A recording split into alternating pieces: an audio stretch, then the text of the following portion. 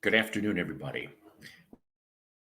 Welcome to Santos Plaza.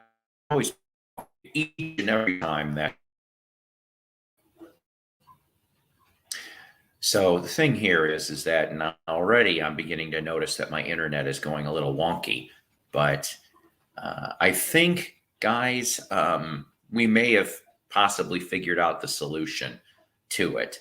Um, I try to do these shows wireless and on my laptop, which my laptop is at least 5 years old. Okay. Um, I am trying to find my cable that I can at least try to attach from the router to here, but I can't find it right now. I know I bought it. I just don't know where the hell it's at, unless maybe accidentally my son might have seriously accidentally taken it with him. Um, in the move when he left a few months back. I don't know. Point of the matter is, and I know it's a very strange time frame to do this show, considering it's 12:25 Central Standard Time.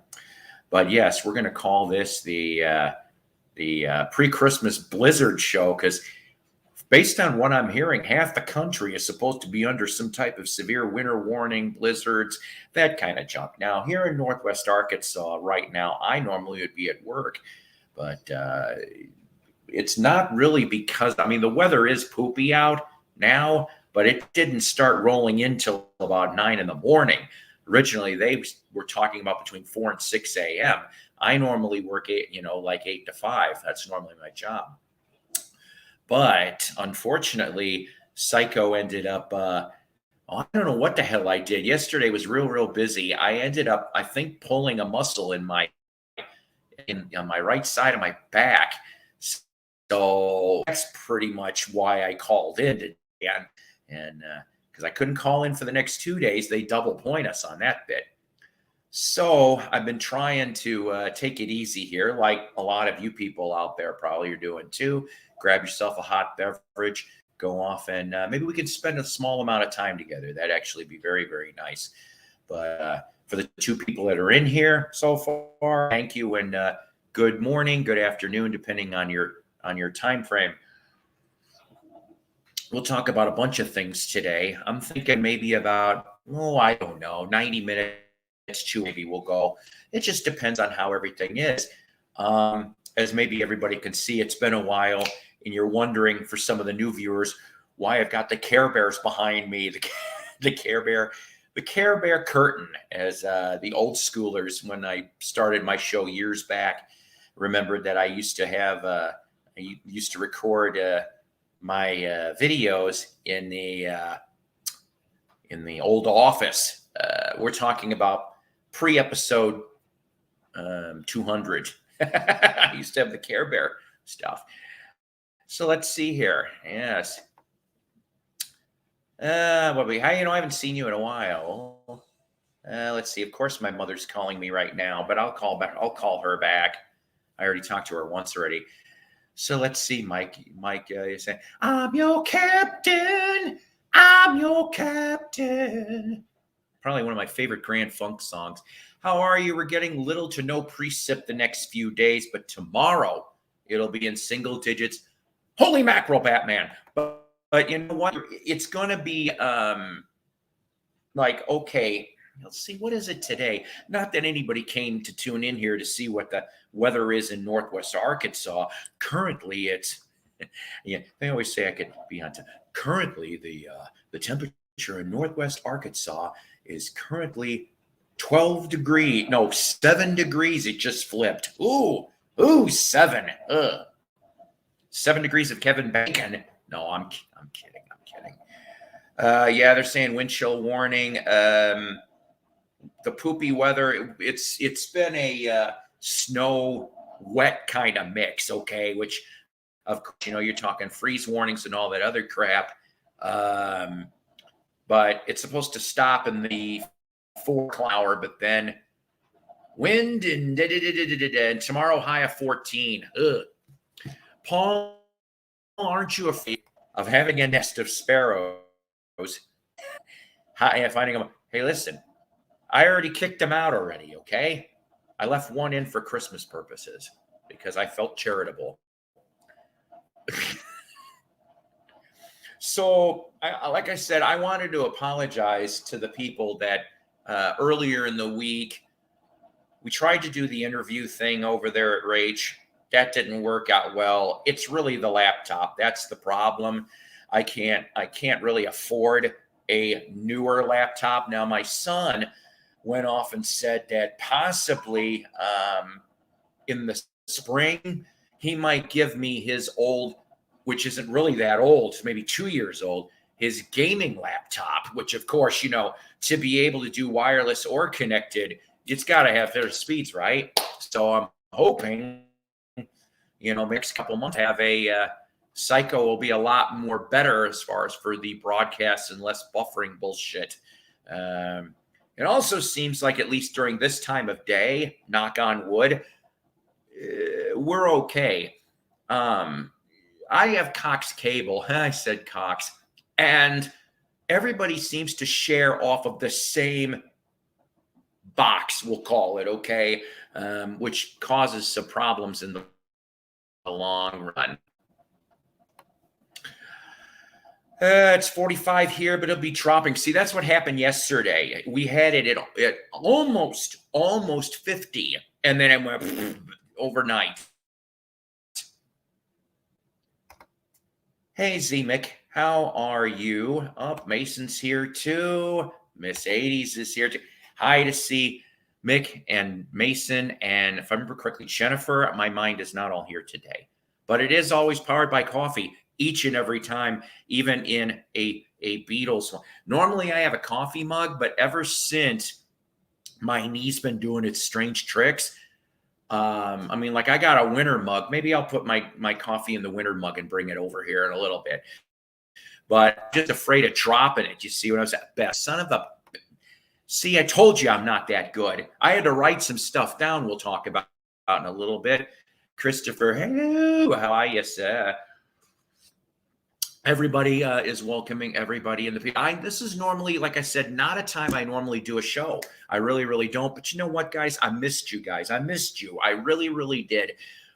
It's just life gets in the way. You guys know how this is. It's Christmas time, okay? Simply having a wonderful Christmas time. Mickey Dolenz does the best version of that in my book. Sorry, Paul. Maybe next time. Let's see here. Oh, Paul was in Florida all last week. Well, lucky duck. Brought home a souvenir mug from one of the restaurants. On the back side, it says that. Oh, I would love that coffee mug. Can you tell me what the name of the restaurant was? Addicted to the Pots. That's right. Cooking lunch, so this is as entertaining as me as I cook. Hey, what are we eating today? What are we eating in the Miss 80s diner, Beth? Maybe I might want some. I'm already fat already, but... all right. Before I get into anything else, because I'm into today, new subs, Bill K, Hub Tunes, and Dr. Spin. Go check all those channels out, and I want to say thank you. All three of you and everyone else that's here into the Psycho universe. That's right. You are heartily welcomed from the cockles of my heart. I said cockles. Anyways, I like that. Morning Glory. What's the story, Morning Glory? Wasn't that a album title for Oasis, or am I screwing that up here? Oh, that sounds good. Oh, yum. I have heard of Ninja Air Fryer. No, I'm kidding, okay? I've heard about air fryers. I don't know how good or bad they are. Tell me in the damn comments, how good are air fryers? My heart has no cockles. And I did. Oh, my God, his cockles neutered. All right. Later... Next week, we're going to try to do a memoriam episode, okay, on all the musicians we lost in 2022. Most of it's going to be courtesy of Goldmine Magazine because they kept tabs on most of it. But the current ones, I just want to say this. Hey, David, doing? How you doing? I know. I saw your post on Facebook. It's friggity diggity cold. It is here too. That's why I'm actually on here, because I'm convalescing and there's nothing else to do. Rest in peace. This goes back a couple weeks. Christine McVie. Oh my God. You know what? I'm not going to lie to you. She, along with Lindsay, were my favorite members of Fleetwood Mac. I am not a Stevie Nicks fan. I mean, Stevie was necessary. She was, not knocking Stevie Nicks. And I even remember buying, I think, her first 2 solo albums. But after that, I kind of stopped. But if you can find CD, look for the album Street Angel. Street Angel, on a third of the album, Bernie Leadon's on there. So you got an original member of the Eagles with Stevie Nicks. How about that for strange?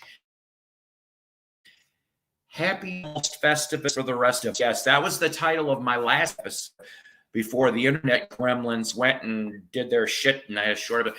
You know what, though?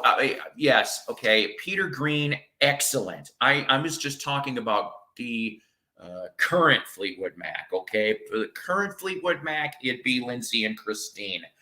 Mick and John, always been the backbone. I like Peter Green, Jeremy Spencer, Bob Welch, always underrated stuff. Okay, so Dino Danelli. You know, in 2022, it's still really hard to have a 60s band that still had all its original members alive. Dino was the drummer, and unfortunately, he is gone too now. So I like the Rascals' music. Okay, 60s stuff is what I knew.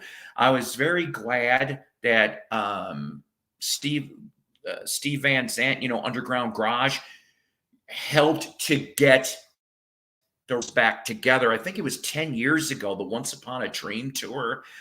I really should have tried to have gone to see that. And the thing that really would have made it really nice, I guess, is if they could have at least tried to do a couple new songs back then. I think the Rascals fans would have really loved to hear at least a couple new songs from that lineup.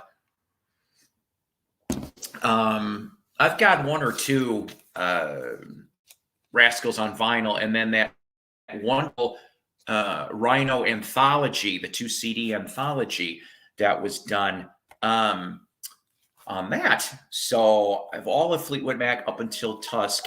I really like Tusk, but I lost interest in them after that. I remember buying Tusk, not brand new though, because I remember Tusk was kind of expensive in 79, and so that was one of those albums that I waited until it hit the clearance pile, because it did. It went for, like, I don't want to say pennies on the dollar. That's not right. But I'm not kidding you. I think I only paid a third of the price that, okay. You know what? When you guys got time, go check out David H's channel. He just went and posted videos on some jazz records that he picked up. Such a nice guy he is. And he is also freezing like about half the rest of the country here. But yeah, I think truthfully, when I lost interest in Mac, I want to say it was about close to $15. And even back then, I'm like, yeah, I know it was between 10 and 15 bucks. It was ridiculously priced. I couldn't I spread the love in the VC all the time. Now, spreading VD in the VC, that's not cool. Everybody's got to keep protected, or at least know who your VC partner is from the VC Love Boat. Anywho, but yeah, so I'd say the cutoff for me, truthfully, was Tango in the Night. That was kind of where I cut off on that one, because Tango and the big brouhaha that happened when Lindsay literally walked out of the tour like shortly before the damn tour was supposed to happen.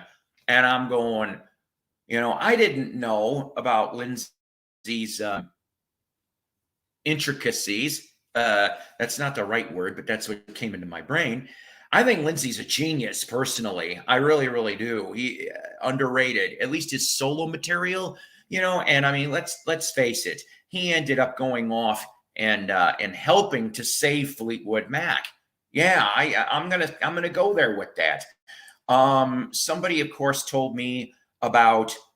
I think it was called "Gift of Screws." I gotta find that one for solo and some other ones too. Oh, sorry. Hang on a second. Goth Angel texted me. Certain people are going to know who the heck that is. And yes, I'm kind of back in with Goth Angel. I'm just going to leave it at that. Okay. So, see, oh, hey, you know what? George here, if I remember correctly, and tell me if I'm right or wrong in the comments. I mean, obviously, I could see by the emoji there that George, music for all 4 seasons. That's right. So whether your name is Sherry or you like to play with rag dolls, or you kind of wonder who this is all about. See what I did, George? I did very bad pun. 4 seasons. I really do like the 4 seasons. In fact, oh my God, I went and turned on a friend. No, that didn't sound right. Shit. Anyways, I turned a friend on to Chameleon. Is that the 1972 album on Mo West, which you know what? It was actually you're close. It's Shanny Annie, but I tried to reach out to Shani. She might be watching this. I've been trying to, but where she lives, sometimes the internet's a little wonky, like my internet's wonky. So I mean, I'll always love Shani, but I mean, it is what it is. Oh, good, thank you. But yeah, so which, if I remember correctly, has the song "Here Comes the Night." I think that's what ended up being a Northern Soul staple for that album. And also, since George is on here for 2 seconds, let me tell you what I found. I showed it a long time ago, a couple months back, but I actually found a decent condition 45 from 1956 of the 4 Lovers on RCA. So I knew what that was about. Now, if I could just find the EP and the album, that would be wonderful. Yeah, see, exactly. But I will say this. My favorite 70s song, no, it's not December 63. Oh, what a night. No, it's not that. That's not the song I like from the 70s, at least the late 70s. It's the one that once in a while they'll play on the radio here. Who loves you, pretty baby? Anyways, I can't sing like Frankie or any other band members for that matter. Never said I could. I got 4 great albums during my stay in Florida, 3 great psych, and 1 excellent blues album. That's it. I am so sorry. I got myself confused. You're right. It's The Night. Here Comes the Night is off of Beach Boys. 78, 79, I think. They tried discoing that one. Oh, God. Yes. And I was very happy to find one of those 45s. I really was. Hey, how you doing, Pennywise?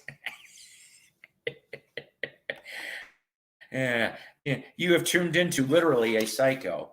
So let's see. Let's keep going here on the death parts, even though I know that's depressing for holiday time.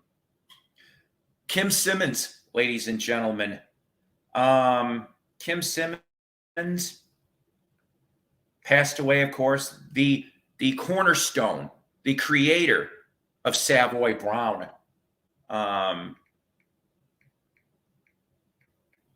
Sorry, guys. I know I shouldn't be doing this, but I did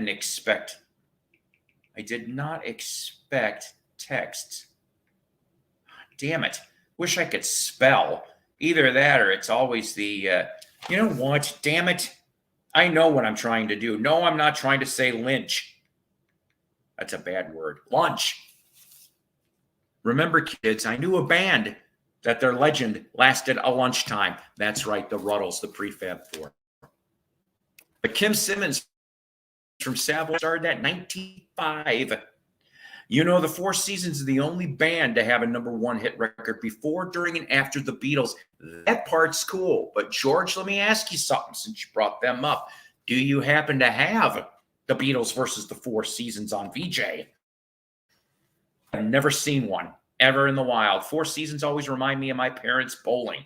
As kids, we would go watch our parents bowl, and the jukebox always had Four Seasons on. This is around 62, 63. And I know this is going to sound really weird, but for some reason, Four Seasons music, and it really doesn't have anything to do with that Frankie Valli briefly was a character in The Sopranos, okay, which I thought his acting job in there was really good. But sometimes, though, in the back of my head, that early 60s stuff, I think of mob stuff. Don't know why. Four Seasons don't get talked about much, but they are to me what the Beatles and the Beach Boys are to others. And, you know, that's mostly fair. I know Frankie was on tour, if I remember correctly, just this fall, if I remember right, which I'm like, I would really love to see him. So Kim Simmons, ladies and gentlemen, backbone of Savoy Brown. Without him, he had excellent players in his band, okay? Let's face it, 3 of those people spun off around 1971 to be Foghat. That's right. And you got all kinds of other just killer players that went through Savoy Brown.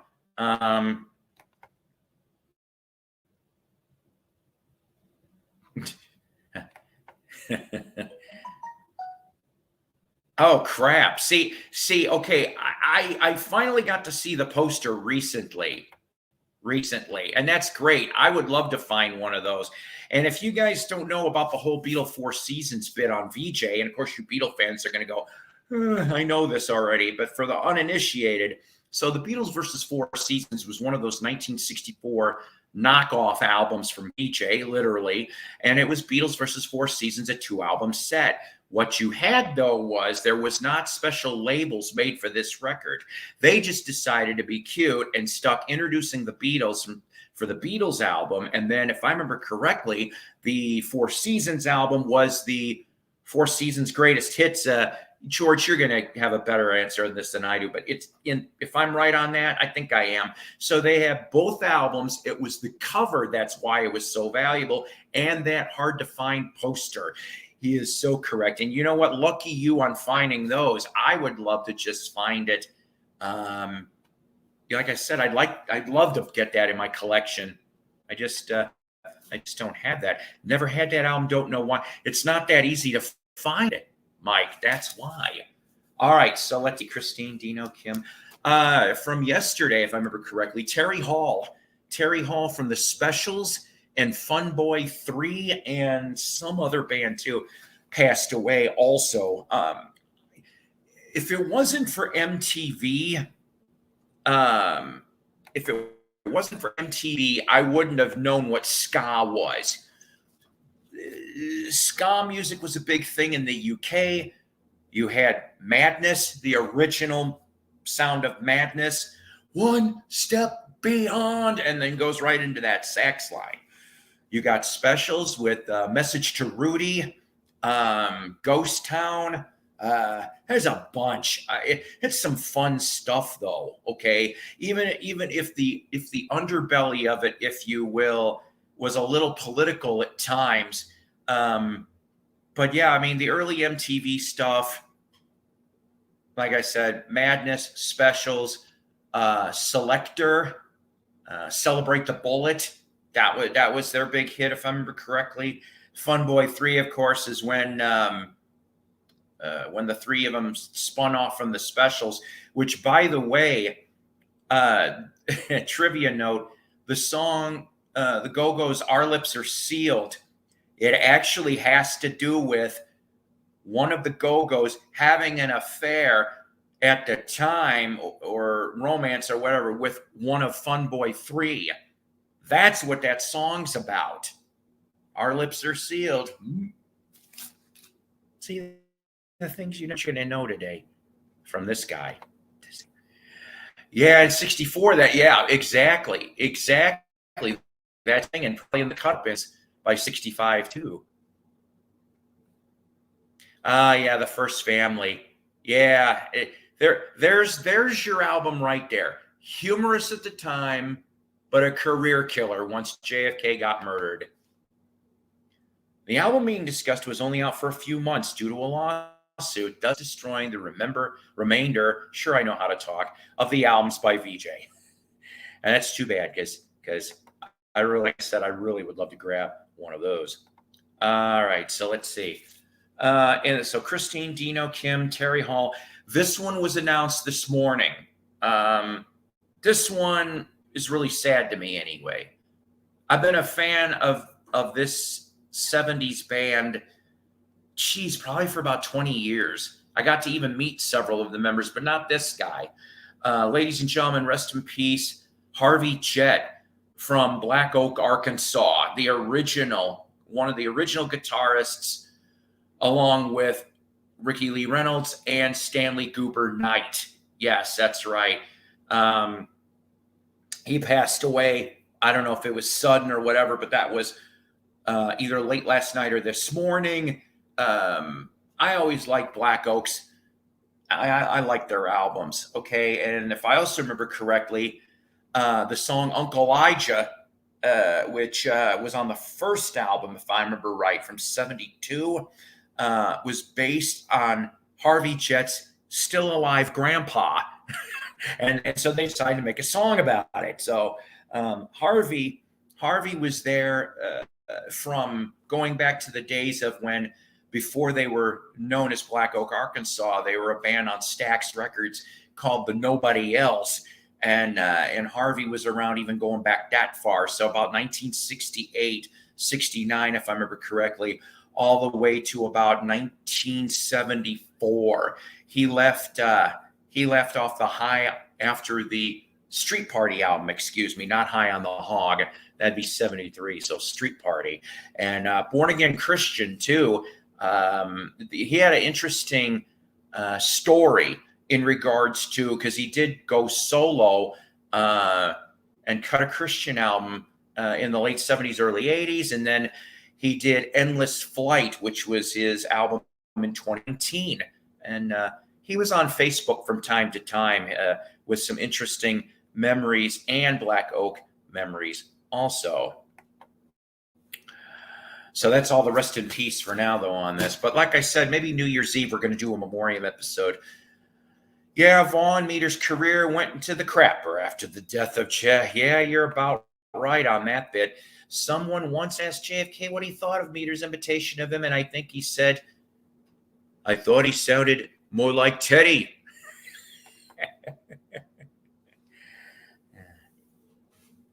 See, now, if this happened at Chappaquiddick, would that be considered an underwater album? Oh. Too soon? Too soon. Anyways. I got stuff to show. How about that? I got stuff. I do. Thanks to the 5 people that are here. I hope that steak's doing good in the air fryer, Bev. I hope it was tasty. I got so much stuff. I got stuff. George Carlin, stuff to put stuff in, or something like that. All right, where do I go? Where do I start on all of this stuff? I popped an invite if anybody cares.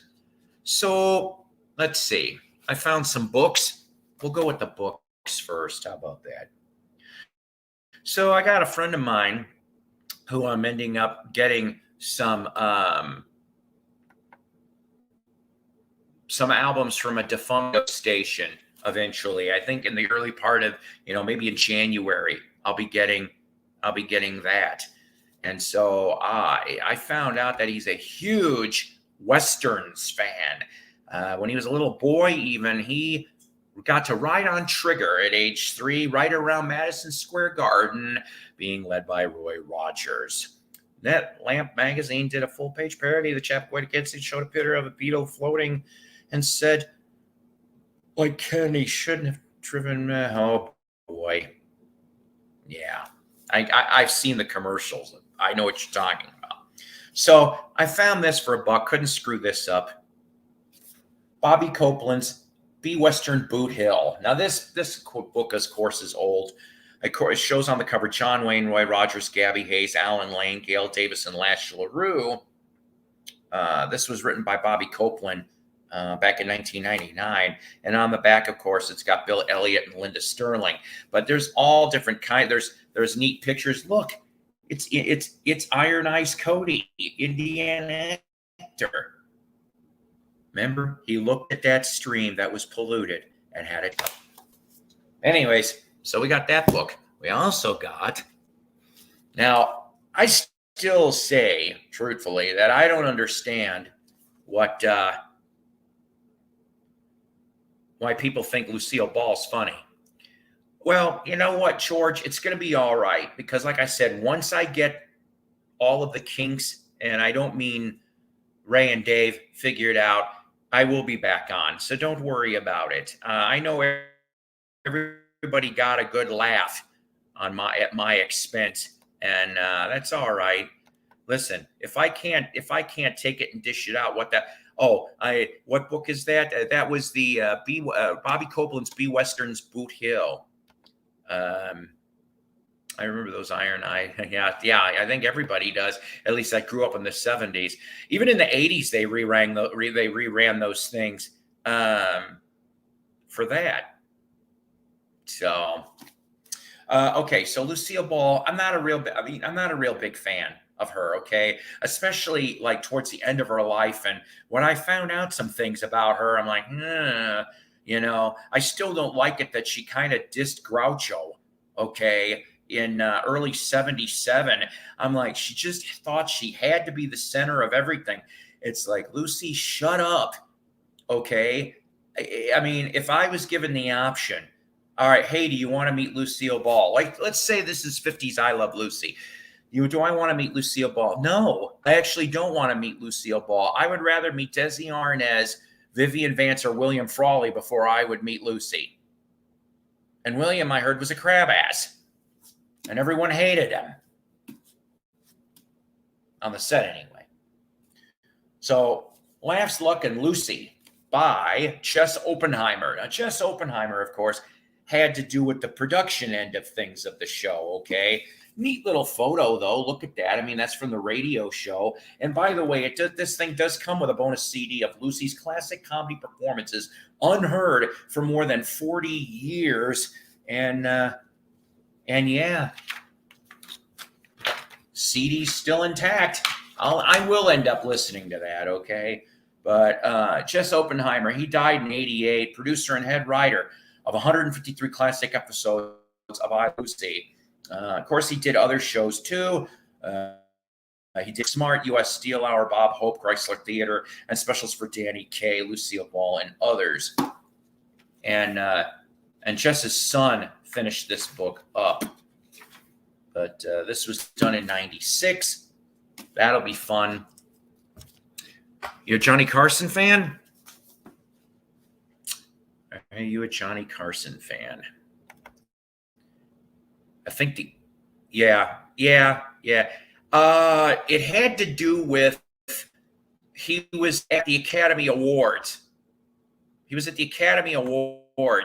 I don't know if there's a clip that survives on that one or not, but she pretty much pushed him out of the damn way. They were supposed to be interesting. It would have been funny, but it didn't happen that way. I heard that too, but I heard that on Vivian's deathbed, I guess Lucy made up. Right. That's right. And that's true too. He did say that. I was really, really surprised, truthfully, that William Frawley landed on My Three Sons. I mean, it was nice to see him there, and to top that off, William's last television appearance, because I think he died in 66, 67, somewhere around there. What was the Lucy Show? Here's Lucy. He shows up at looking like a stable hand for you see him for about 30, 45 seconds. So anyways, I found this good old Ed McMahon. Here's Johnny. Ho, ho, ho. Anyways, so I got a copy of this book. But why did I get another copy of this for $2? Because it was signed. That's why. He did a tour down here in Northwest Arkansas, I remember hearing about. And this is not the first signed Ed McMahon. I mean, I have both of his albums autographed. I met him in 2007. Very nice guy. I'll show a picture someday of me with him. But to find this out in the wild, $2 couldn't screw this up for the life of me. So that's Here's Johnny, signed by Ed McMahon. Yeah, you know what? Tonight's show was funny with Carson, okay? It was funny with Carson and Ed. I also happen to have a signed album. I found this here in Northwest Arkansas, too. Skitch Henderson. Skitch Henderson was the original music director for The Tonight Show. If I remember correctly, he did the Steve Allen years and did the first year or two of Carson before Doc Severinsen came in, if I remember right on that. Frawley's best working comedy movies of the 30s and 40s. Yeah, I did hear something about that, but I don't know what. March of 66. Okay, so yeah. Probably was late 65, I'm guessing. That it was in color, that TV show appearance he did with Lucy. And then, of course, It's a Long Story in My Life, Willie Nelson. I think when I'm done reading this, Willie, let's see. Nope, it doesn't smell like Willie's Special Blend. Isn't he like 90 years old, Willie? Let's see here. What picture can I show? How about a picture of him and Ray Charles? Him and Ray Charles. How about that? So can't wait to read this.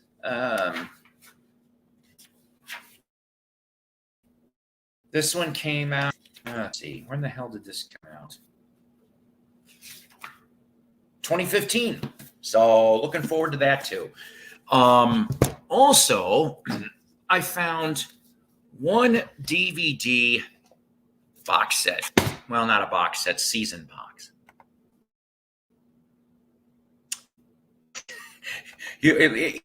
Either that or some rolling papers like chalk bamboo. Oh my God. I'm going to tell you something. The new issue of Goldmine, which I'll show that in my next broadcast, has an excellent article about Ernie Chutulu. Anyways, he's a great album. He worked for Pacific Eye and Ear. He ended up doing some great album covers in the 70s. And one of them that he went and did was Big Bamboo for Cheech and Chong.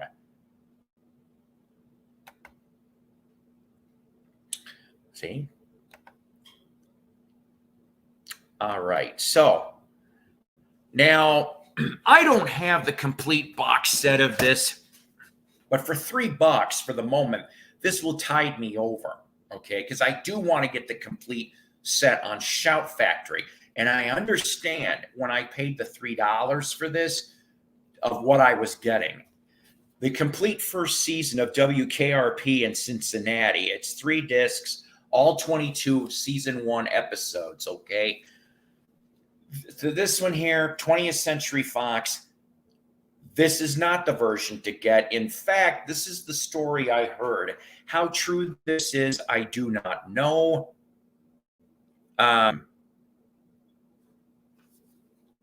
Well, it's all right, David. That's all right. I figure whoever wants to maybe come on can come on. It doesn't matter. 6 one way out doesn't. If anybody wants to come on, it doesn't matter. So the thing is with this is that I understand that the fans, even though they did buy this season back when they put this out, what turned them off was because of the music. Now they had to replace a lot of music, okay, in this set. All right. If you're watching the TV episodes, you know, the syndicated stuff, you'll still get the original music that was shown and heard along with the show from 78 to 82, the original run. That was built into the contracts, if I remember correctly, for back then. But DVD, VHS, that stuff, I mean, VHS existed. I don't know why they didn't have something for that. But DVDs didn't exist yet, and streaming and stuff like that. And so the thing is that they could not get all of the music back. If I remember correctly, they only had for this season 1 on the Fox edition was 50 to 60% of the music. The rest of it was generically put in. Now, if you get the Shout Factory box set, it's about 85% complete. You're not going to get any better than that. But I want to get the Shout Factory. The only thing I say about the Shout Factory set, and I know some of you people are going to groan at me when I bring this up, that I understand that they did put the complete set in there and that they did throw as bonus content 2 or 3 episodes of the new WKRP from the early 90s.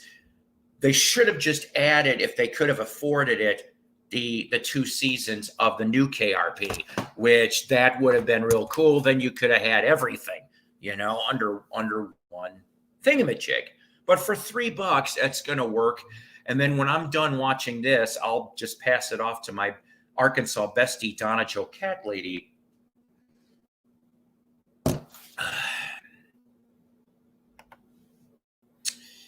Always liked that show. Wanted to be, yeah, exactly. That, you know what? That is one of the things, along with Chicago radio and the great personalities that we had back then. For me, it would be Dick Biondi, Larry Luchak, Super Jock. I wish I could have met Super Jock. I do have a Larry Luchak signed book. Oh, I'll keep that. Tommy Edwards, John Records Landecker, Fred Winston, Clark Weber, Alan Stagg. Alan Stagg, that when he died, that kind of depressed me. Alan Stagg was a great 60s, 70s, 80s, 90s DJ. And he, towards the end of his life, he put on a show called Sanctuary, which he would play what he wanted to. He was allowed to. It was the overnight show at a station called WCKG in Chicago, and he would throw in little movie bits. And when he would come back into his stop sets, you'd hear wind chimes, and then you'd hear, "This is Alan Stagg, and you're listening to Sanctuary." And then he would talk. He was whiskey throat, whiskey sandpaper throat, you know. And then, of course, probably my favorite, because I wanted to be like the new professor of College of Rock and Roll Knowledge, but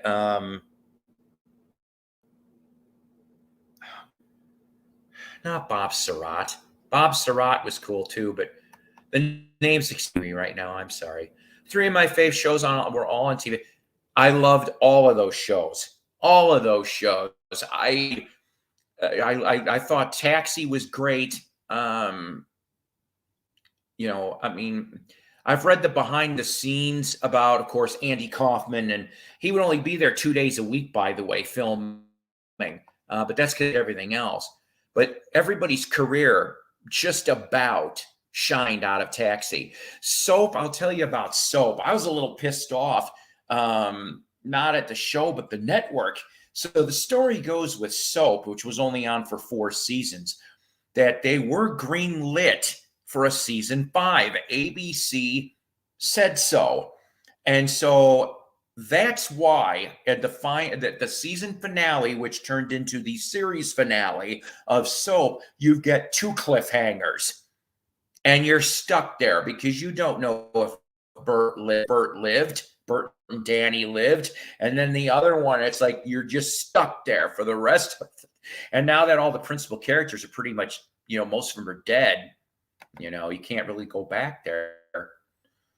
What I'm ticked about is that to stop putting out seasons of The Simpsons. See, I didn't know that. I could have sworn I thought they made them pass then. Oh, well, yeah, I thought they put them on physical media. Maybe not. Yeah. I probably agree with you on that one. Was it 77, 81? Geez, at least with Taxi, I'll tell you this. I thought that this was kind of amusing anyway. Was it 3 cliffhangers? It's been so long. Bert, Danny, and the redhead. Oh, okay. Yeah. The redhead. So the thing is that with Taxi, at least, they got a short life extension. They got a 11 o'clock phone call from the governor in per se, courtesy of NBC, because ABC went and Danny DeVito. This is the truth on this part. Danny DeVito went and hosted an episode of Saturday Night Live in 82, if I remember correctly, in the fall of 82 or summer of 82 or something. Okay.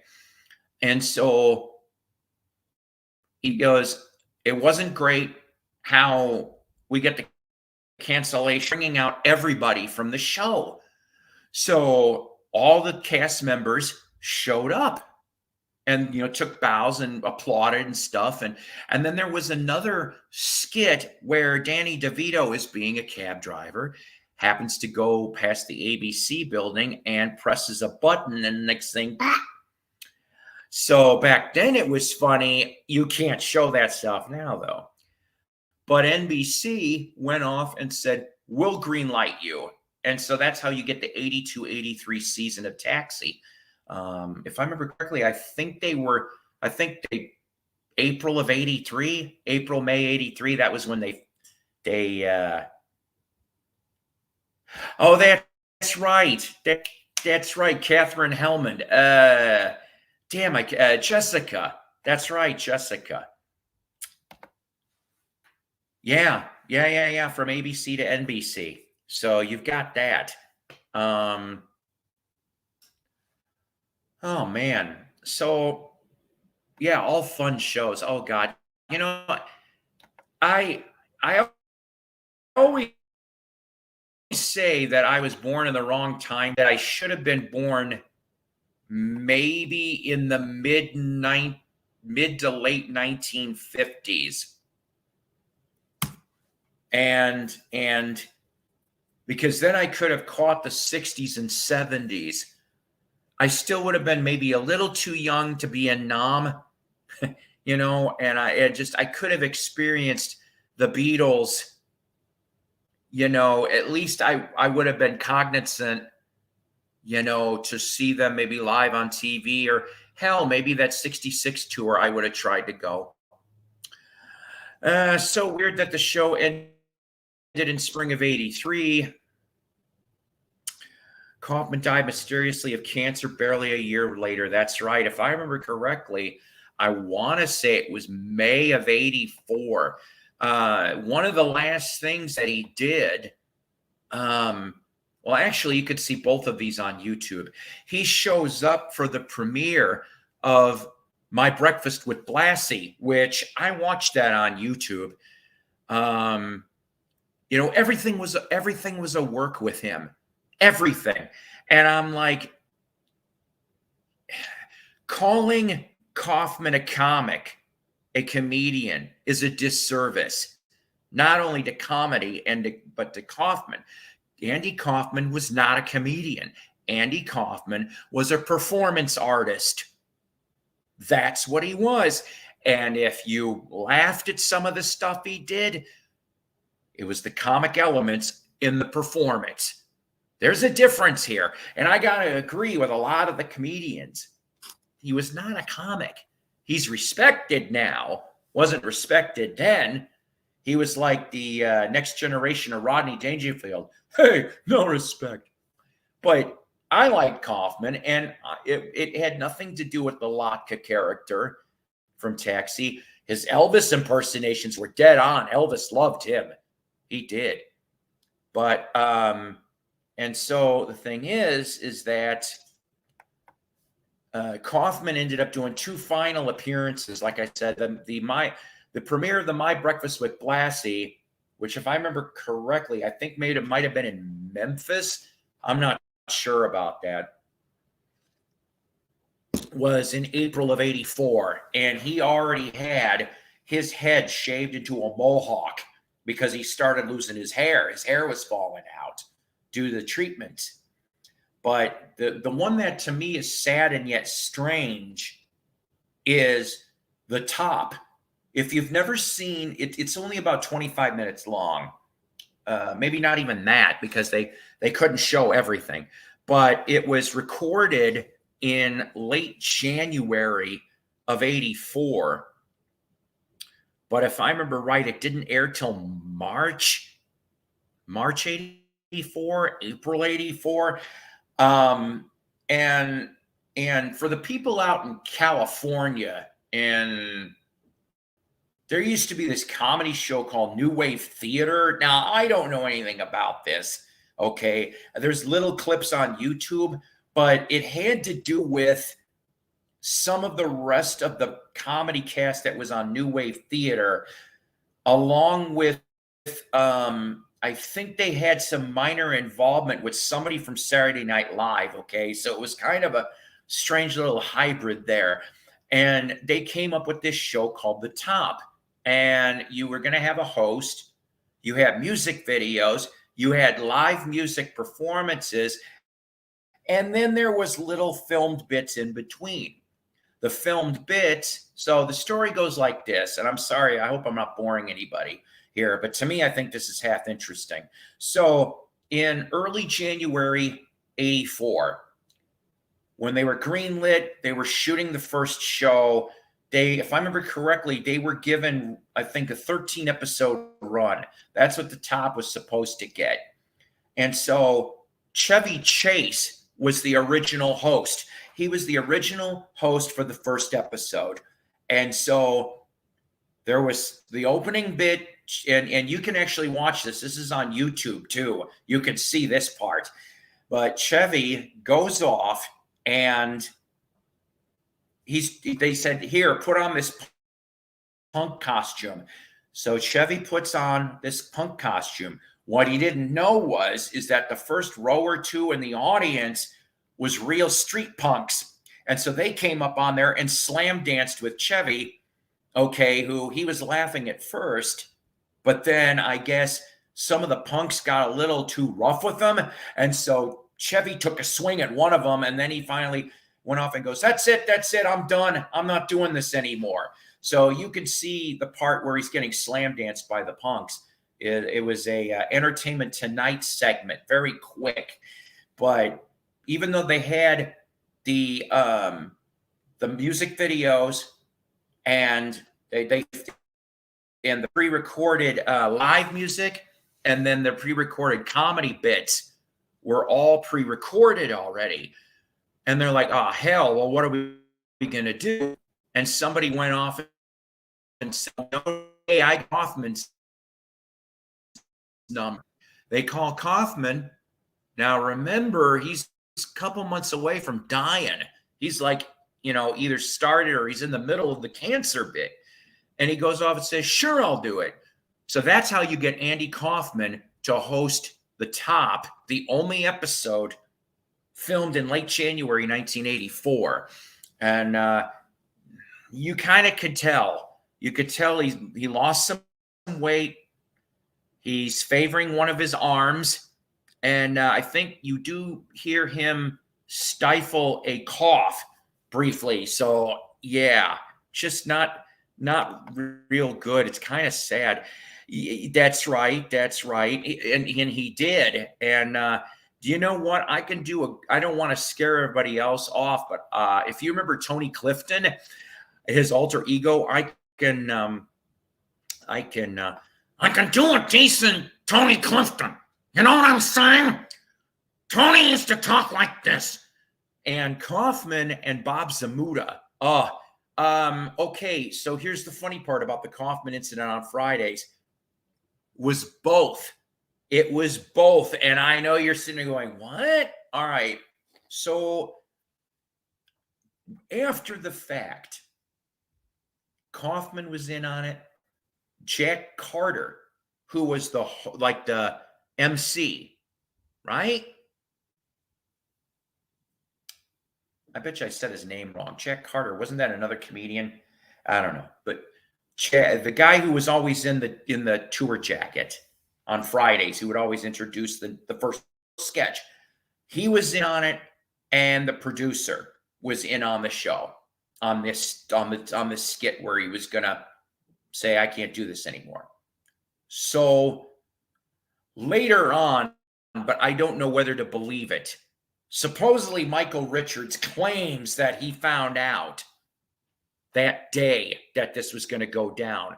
But I don't know. I don't know whether to believe him or not. He could be full of shit for all I know. But those people knew, and they kept the rest of them out in the dark so that he could get, hi, Sam, how you could get, the realism still. So, yes, some people were in on it and others were not. That's what I'm told. And the one thing that got me, and I should have known better considering that I was a wrestling fan all these years. And Andy Kaufman knew the scientific art of being the heel, the bad guy. He did perfect. He did it perfectly.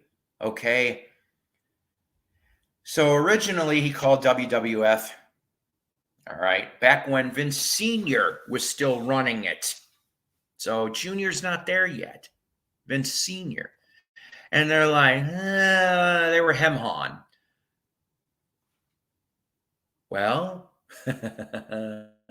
Jeff Jarrett's father out in Memphis, who ran that territory, said, we'll do it. And Jerry Lawler is going to be the guy you're going against. Now, I really believed that he got hurt and was in the neck brace. He sold it so well. And the David Letterman appearance where Lawler goes smack and he falls out of the chair, I thought that was real too. And here's the thing. Everyone else did until Bob Zamuda wrote in his book, okay, along with Man on the Moon, okay, the Man on the Moon film with Jim Carrey, that's where you see that him and Lawler were together. I'm like, shit. I'm like, you fooled me. You fooled this 15-year-old kid. I really believed you two hated each other. And that's how I know that the lines of reality and fantasy are definitely blurred, especially when it came to Andy Kaufman. You're funny. This is my YouTube channel, you goof.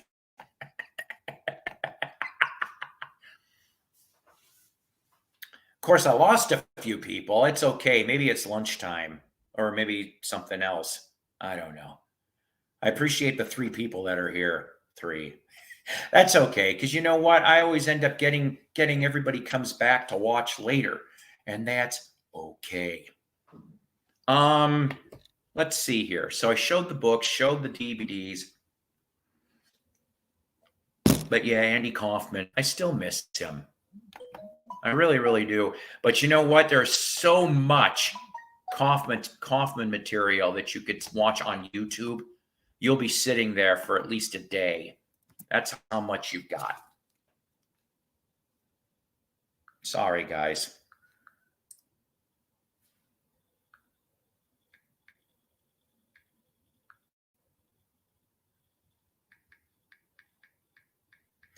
Guess I will be talking to Goff later. Good.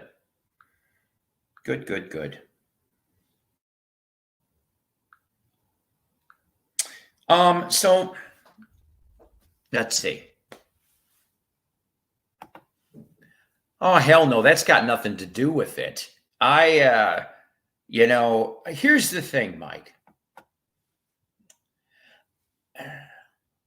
There are other people who all remain nameless that always went and tried to crucify you. Okay? Now you could go back. I never, if I remember correctly, my brain's bad. Okay. So to my knowledge, to my intent, I never did that. Now I did tell you once in a while to kind of cool it slightly. But most of the time, you've been on your best behavior here, and that's what counts. I'm not even talking about, and you know what? I don't even know. I don't think Brother Brian has done an episode in quite a while. That's how I remember you from, is Brother Brian. But I digress. It doesn't matter. Wind's kicking out. Wind is kicking out. It's still snowing out there? Because it started. Yep, it's still going. Oh boy, I am not looking forward to tomorrow. I wish I could call in tomorrow too, but I get fired for that. Yeah, well, I like our conversations too. Okay, it's everything that's outside of Psycho's platters that sometimes I go a little Now I'm not going to bring that up because I don't. That's past. So okay, I still have 2 more bits here. I said 2 more bits. Oh, the other thing that I did get from the bookstore for 50 cents, I could not screw this up. Ain't I'm a Dog. Now I know that's what a strange looking cover. Ain't I'm a Dog. All right.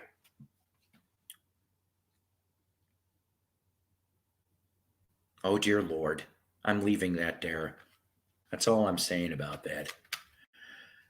Promo because the hole was punched. 2001. What it is it's rockabilly, guys. It's rockabilly. Ain't I'm a Dog. Of course, through the Columbia Epic Sony Legacy line. All right. And some of this stuff I've heard before, like Ain't I'm a Dog from Ronnie Self, one of the prides of Springfield, Missouri, along with the Ozark Mountain Daredevils. Okay. So Ronnie Self is on here. You got the Collins kids. Larry and that guitar playing is when he was a kid. Boy, oh boy. You do get you got Link Gray too. Link Gray actually did a little bit of rockabilly. He's on here. Just all different kinds of fun on here. Different people like Oni Wheeler. Johnny Horton's on here too. Does a track. And then you get some even 1 or 2 unreleased tracks. That's why I always get CDs. I love vinyl, but guess what? See, CDs, the reason why I've always collected CDs was because of the unreleased stuff. Okay. It's just easier for me to get. I know that. I get it, Mike. I get it. Okay. So, I'm sorry. 2 more things. So, vinyl find. Short, well, sort of 45 vinyl find. So I went to one of the honey holes that I go to, and I said honey hole. Here in Northwest Arkansas. And I was over there. I showed maybe over the course of about 2 episodes, months back, of all the treasures that I found there.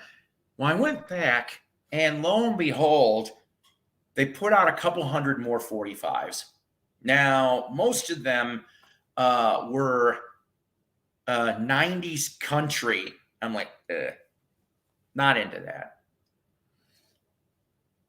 One of the ones, though, that really kind of stung a little bit was I came across a white label promo on Claridge of Sugar Loaf's Don't Call Us, We'll Call You, which I love that song. I do. But it was all beat up, and I'm like, dang it. And I only spent about $1 a piece on these 45s, nothing too shabby.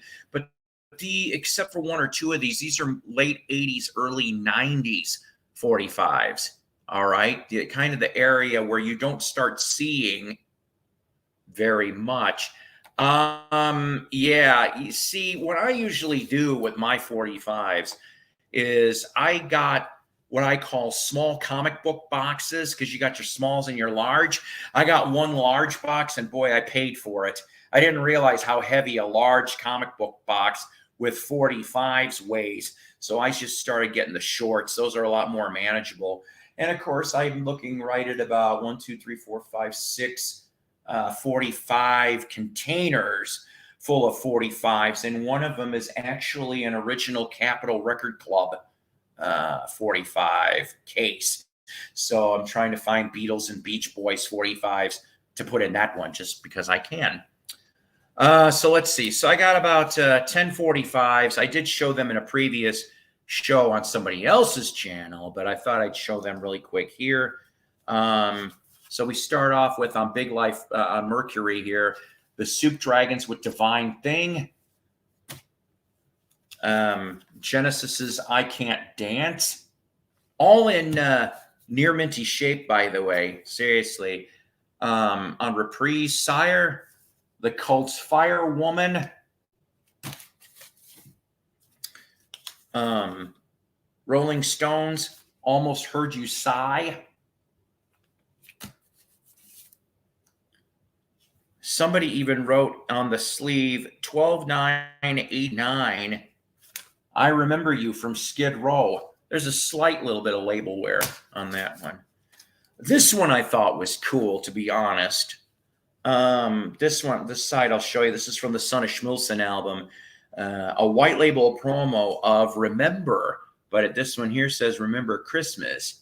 So this one here, really, really nice shape. I would say between VG Plus and near minty for this one. My very first Nielsen promo 45.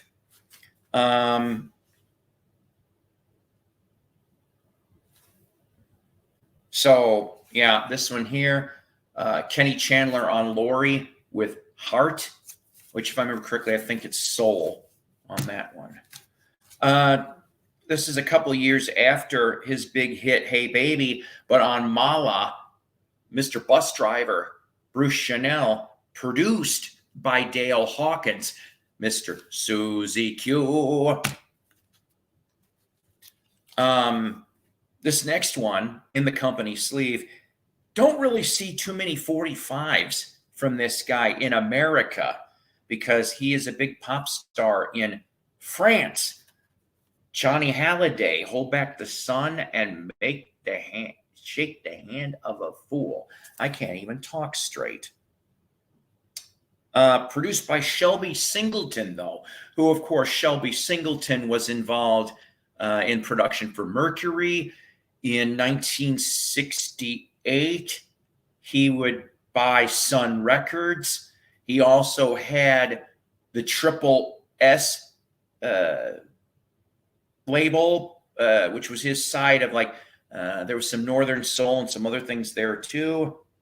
The last album, if I remember correctly, that it was either a US or UK release, the Small Faces backed up Johnny Halliday. So I thought that was kind of cool.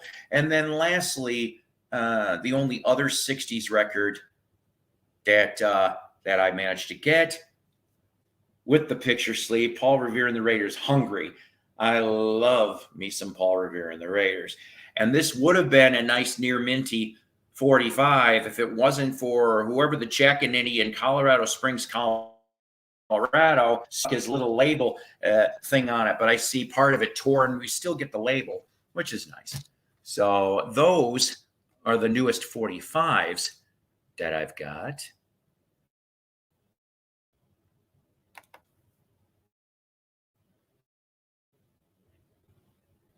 I used to collect comics at one time too. I had thousands up until about 11 years ago when an X got rid. Oh God, that would. Okay, for me, it wasn't an X. It was two different people. It was between who I thought was one of my best friends and my mom and dad. That hurt. You should have seen what the hell I had in my comic collection.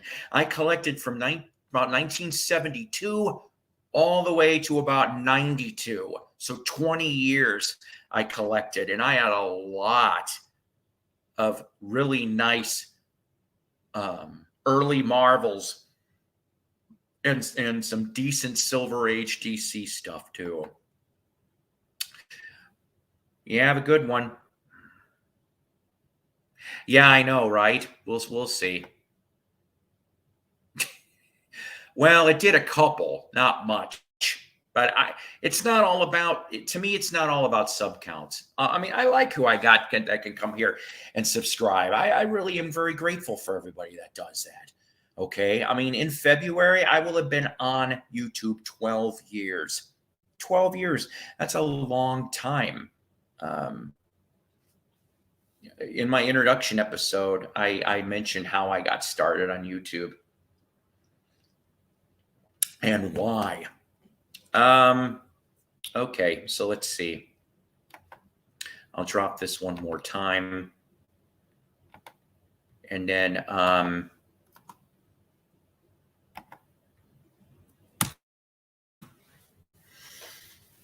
right. So we got one last bit of finds. Okay. And then we'll see what happens. Maybe we'll round up the show in a little bit here after this. Okay. I appreciate the people that spent some of their time this afternoon to be with me. It's like I said, I rarely ever do afternoon stuff, but I figured why not, right? It's poopy outside, you know, got my coffee. We're doing all right. We're doing okay. Am I going to have a 12-year party, Victor? No. I didn't have a 10-year, 11-year, and I just I'm just there, you know. I've been there. 615 videos. Well, this will make 616, but you know, I mean, that kind of surprised me, truthfully, for Maslow when he did his 1,000th show, which I think is really cool, to be honest with you. I wish I had the time to do 1,000 shows. Maybe when I retire, if I make it that far. But then again, I don't even think I'd be on every day. I wouldn't be on every day to do with the new knee, right, Victor? Hey, Paul, I've been looking. I know you meant lurking. I've been looking for a minute. Supposed to be Christmas shopping, but snow is happening. Here too, buddy. Yours is probably worse off than mine. Mine right now, still going. Bigger flakes this time compared to even about a half hour ago. All I know is I took today off, Tim, because my back was screwed up a little bit, not because of the weather, but I'll be curious to see how many call-ins we're here when I go in the morning. All right, so let's see. I showed the 45s, Tim. I showed the 45s. I got that, had books. So I went to same honey hole, different booth. And I came across CDs this time and a DVD. I'll show the DVD first because it's of my favorite band. It says $4.75, but I only ended up paying $4. The Monkees, our favorite episodes. Yeah, I remember when this thing came out, and this was like the first Monkey DVD, if I remember correctly, before the Monkey TV shows got split into season 1 and 2 and put out on their little season sets. So I thought, let's see here. 97. Yeah, that's what I figured. 97. So this came out when I was 30. And in case you're wondering what those favorite episodes were, not that you asked, for Davey, it's Hitting the High Seas, and Peter, it's Monkeys versus Machine. No surprise here from Mickey, the Frodo's Caper, which was the last episode in 68 that was made. And then lastly, Fairy Tale from Mike as Princess Gwendolyn. So I thought, pretty neat to grab this. Hey, Randy, how you doing? Nice for you to drop by. Yeah. Well, no, actually, it can be a valid excuse to still call in. At least here, the catch is, and this is where it gets weird, is that the schools would have, like an instant thing would be if the schools are closed. If the schools are closed, then you got, but see, the thing is, it's communication. So if I get naturally excused on this, that'd be beautiful. If not, I got enough wiggle room that I'm not going to worry about today. Hey, Flash says, hi, guys. Happy holidays. I'm waiting to pick up my son, Connor, from school. Thought I would kill time watching. Well, thanks a bunch. And be careful, be safe out there. Like I said, about half the country is in some icky puka weather. I'll tell you that right now. But so let's see. So that was what I ended up getting for the DVD. I went through hundreds and hundreds of DVDs that day. My mind was like so burned out and on all of that. And I was just like, ugh. So then I ended up, I went into the next room, and it was a room full of CDs, and there was a little 45 stash in the corner, but nothing there. But the whole room was chock full of CDs. And I think there might have even been, I don't know why, but some VHS stuck in the corner. And the first time that I went into this booth a couple months ago, I usually like go every 6 to 8 weeks, because to me, that's enough turnover for your resale shops, booths, things like that, right? So I'm glad I did, because originally they wanted $7 to $8 a CD. I said, kiss my ass. I'm not paying $7 to $8 a CD. I ain't doing that, even though there was some good stuff. Well, they must have figured out they weren't selling anything, because when I went back, it said $4 a piece or 3 for $10. And I'm going, well, let's take a little look. Let's take a peeky. First thing I found, the Decca Rock and Roll Collection. Very neat 2 CD, 50s from Decca MCA. You've got anybody that pretty much was on the 50s Decca label and the subsidiaries, okay? So, you're talking Bill Haley, Jackie Wilson, you got all of that. All right. Just some Buddy Holly, very cool stuff. There was even some unreleased stuff in here. In your rock and rockabilly nature with a dash of R&B. So I really was happy to get this. This one, of course, came out in '94. This guy had a lot of out-of-print stuff. I'll tell you right now, which really surprised me. We lost a preschool teacher the other day. Hit patch day. Oh my. Jeez. This next one, 3 CD set. This was a UK import, done in 2009. Total Essential Rockabilly. So you even get a little Elvis is thrown in here too. Which, of course, would be Good Rockin' Tonight was the only Elvis you get out of here. But you got people like Buddy Holly, Ronnie Self is back here again, Johnny Burnett and the Rock and Roll Trio, Janice Martin, who a lot of people called the female Elvis of the 1950s, Billy Lee Riley, Carl Perkins, Charlie Feathers, Sonny Burgess, Wanda Jackson. Like I said, Bill Haley, Rock Around the Clock, that's going to be on there. Johnny Burnett's Train Keep Rollin', that's another standard. Dale Hawkins with the Susie Q. Marty Robbins is on here too. Matt Curtis is on a few. Johnny Cash. Red Foley even shows up on here too. Crazy Little Guitar Man. Jack Scott with Leroy. Eddie Cochran, Twack, that's a good standard. Beatles all learned that one, didn't they? How about old school Bill Haley and the Saddlemen? Rock the Joint on Essex Records? Oh, you bet. Warren Smith, another Sun. A lot of Sun people on here, okay? Even the Collins kids show up as well. And Elvis, Elvis shows up at the end. Baby, Let's Play House. 3 CDs worth of goodies. Now, these next couple. Oh, wait a minute. I fibbed. Here's another cool one that I was looking for a while. The 2 CD Essential, Paul Revere and the Raiders. Oh, yes. So you go back to Louie, 63, 64, if I remember correctly, for them. And it ends at Song Seller, which was a 1973 single that just didn't really go over, although it should have. That early 70s Paul Revere stuff, Powder Blue Mercedes Queen, Song Seller, Love Music, almost sounds like Raiders meet Philadelphia International, like TSOP. It almost sounds like that. And of course, it's got one of my favorite late 60s bubblegum. Yep, Raiders touched bubblegum for a couple songs. Cinderella Sunshine, along with Mr. Sun and Mr. Moon. Good stuff.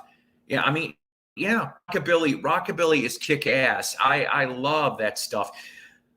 Thank you. That's another one. Robert Gordon, rest in peace. He's gone too. Blasters. I don't know much Blasters. Okay, I really don't. I know the name, just never really went into their music, and maybe I should. You know what I'm saying? He says, "Hey Tim, I wonder there is rare CDs." Oh yes. Oh, there definitely is. Geez, who was doing an episode within the last week? But this was based on Discogs info, though, okay? Discogs, as we know, can be shaky. Who the hell was it that I saw that did that? You know, this is what I hate. I do try to watch a lot of different channels, but I forget the damn names. I recently borrowed a few. I love Bear Family stuff. It doesn't matter who the artist is. That's one of those labels I would like to get just about anything that comes out of there. They know what they're doing, based out of Germany. They take their research. They, you know, in the early days, they found early stuff. The books were greatly done. These next three are all from one band. And as soon as I show you this, you're going to know who it is. Tim Allen knows who this is.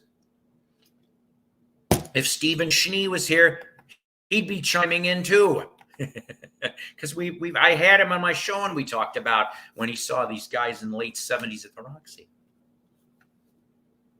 Badfinger straight up on Apple Capital. That's right. With, you know, I mean, back then, these were the I love this album. Okay. To me, I mean, I love all the Badfinger albums. All right. But to me, this is the peak powers. The quintessential, I don't know, straight up, produced by Todd Rundgren and George Harrison. Okay, great album from beginning to end.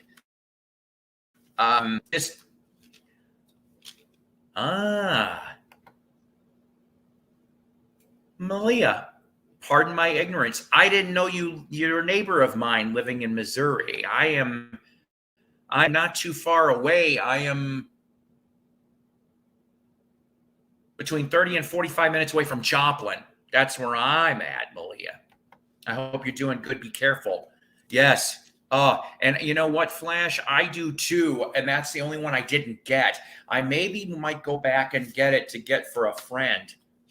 But yeah, the inner booklets could have possibly, not the CD. The CD's great condition, but it looks like it might have got some slight water damage, the booklet, but still fine. Still fine. Got all the good stuff here. And just really neat to see. Now, in the US, the only Badfinger 45 that came with a picture sleeve was Baby Blue. I would love to get that. Now, back then, though, okay, so this came out, dang it, if I remember correctly, early 90s. This came out, and I can't read the writing. I can't. Special thanks to Jeff Emmerich. But yeah, so you get previously unreleased at that time alternates of Money, Flying, Name of the Game, Suitcase, and Perfection. And then you get the US single mix of Baby Blue. But it says here, the first 4 bonus tracks on the reissue are from the original unreleased and untitled Badfinger album, which the band recorded as a follow-up to No Dice between January and March of '71. Also from that album are 3 of the bonus tracks to be found on the reissue of No Dice. I'll Be the One, Loving You, and Mean Mean Jemima. Baby Blue dates from early '72 and was remixed from the final Todd Rundgren tapes. And then they just start going into different descriptions for all those bonus tracks. So very happy. I also like that the CD looks a little different. You know, it almost looks kind of like UK-ish lettering compared to what you're used to. Now, saying that, I then found this. Somebody brought up about the are you kidding me? Seriously? Malia? Oh boy. That's where my ex-wife lives, is in St. James. My kids, before I ended up getting them down here, lived in the St. James Rolla area for a few years. In fact, I was up in St. James, when was it? 2019? That was the last time I was up there. Too funny. Smelled after all. Someday, if I'm up there, I'd love to meet you, by the way. Yes. Straight up is better. Yep, that's right, but not there. So what are we going at? No dice or well, Ass is a good album too, but I'm thinking either it's going to be No Dice, Ass, or Wish You Were Here, because those are the ones that I would have said next.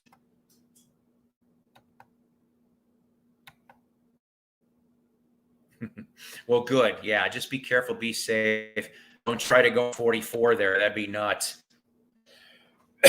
So I didn't know that they made this comp, Badfinger Timeless. The musical legacy. This, if I remember correctly, it's under Apple capital UM 2013, I think it says. Day After Day Without You, Rock of All Ages, Dear Angie, Come and Get It, Maybe Tomorrow, No Matter What, Baby Blue, US Single Mix, Believe Me, Name of the Game, I'll Be the One, Apple of My Eye, still one of my favorite songs off of Ass. I love that one. Suitcase, Timeless, Dennis, and Love Is Going to Come at Last. So see, they went and even threw that in at the end too. Also, of course, kind of UK-ish type label there. I like this shot. That's a nice shot. I'm guessing 73, 74 on that pick. But I love these guys. I so wanted. There's a nice picture of the Ivies.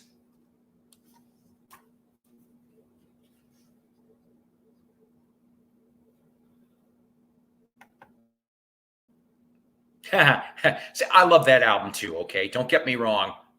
It's so, to me, I think what that bullshit man, Stan Polly, oh, that bastard.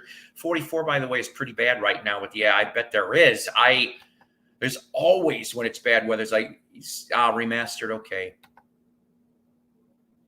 signed by Dave G. I don't know who that would be. Wait a minute. Dave G. Is it Dave G or Mike G? Because Mike Garson was piano player for Bowie, and he's actually back out on a Bowie Legacy tour. So, here's another one I've never seen. So, remastered, huh? Well, that's okay. Like I said, for 333, I was not going to complain. This next one, the last one, my last find to show, actually threw me for a loop, because I do have another Badfinger bootleg CD somewhere in the collection. When I can find it, I will bring it out. And back then, though, on that bootleg was unreleased Head First, a couple tracks from Head First, which, of course, now, I've got that, what is it, the release on Snapper from 2000. Found it real cheap down here. I'm glad I got that thing, because Head First, there's some really cool stuff on that album, which was 1974, December 74, if I remember correctly. Keep Believing and Lay Me Down are like my favorite tracks off of Head First. But then I came across this, and I'm like, Best of Badfinger Volume 3, and I knew that it says disc 2, by the way, and I'm just going, from from Floyd sent to someone. Don't know why. I don't know. So Best of Badfinger Volume 3 has got for tracks. There's no inserts. It's, like I said, straight bootleg type spiel looking. And it says here, the track lists Passing the Time, Joey Milan from 81, Too Hung Up on You, Tom Evans, 81, Crocodilio, Tom Evans, Rod Roach from 81, No More, Joey Milan from 81, Rock and Roll Contract, Tom Evans, 81, Joey Milan's After the Pearl with Tom on backing vocals, Here Comes Heartache, Too Late to Cry, Mulet Ray, In My Heart, All Your Loving Life Song, What Happened, Mean Jemima, and Dreams of Thunder. So pretty cool to find that. I haven't had a chance to listen to that one, but I'll be going back to this place. They had all kinds of groups, all kinds of genres, really fun stuff. But finance dictates, Mr. Wallet had a say so, or I probably would have spent double what the hell I paid. I don't think I did too bad. But that's what I got for all the fines. I'm all caught up on all that. So, you know what, guys? I think we're going to wrap this up here in a minute or two because it's almost 2 o'clock Central Standard Time. And I don't know. I think that I'm going to try to take care of a little bit of house stuff here. Maybe get something small to eat. But there's one other thing that I want to try to do later today. And I'm not going to tell you what that is yet. I'll make it for a surprise for the next episode. But let's just say it is possibly a video audition. That's all I'm going to say on that. We'll see if I can get that done. And no, the Care Bear curtains are not going to be part of that video audition. So, you know what, guys? I might try to do a short episode Christmas Eve or Christmas Day, just because, because thank you, Tim. Thank you so much. Because Christmas Eve, I'm not doing anything. I'm not going to go anywhere. I'll be too tired from working. I work till 5 on Christmas Eve. And then Christmas Day, I am invited to my daughter's, but that won't be till like the middle of the afternoon. So maybe we'll do a short Christmas Eve / Christmas show just for the sake of it. And then maybe we'll shoot for New Year's. We might do a in memoriam 2022. We'll talk about all the artists that we lost in 2022, which I hope there's no more to add to the list other than the ones I brought up that wasn't in the magazine. But, we'll see. Everybody, just take care. God bless. Rock on. Always powered by coffee each and every time. And, stay safe. Stay at home. If you got that option, please do so. This is not the time of year. Well, there's never a good day to have something unfortunate happen. But just stay safe. All right? Take care. I love you guys.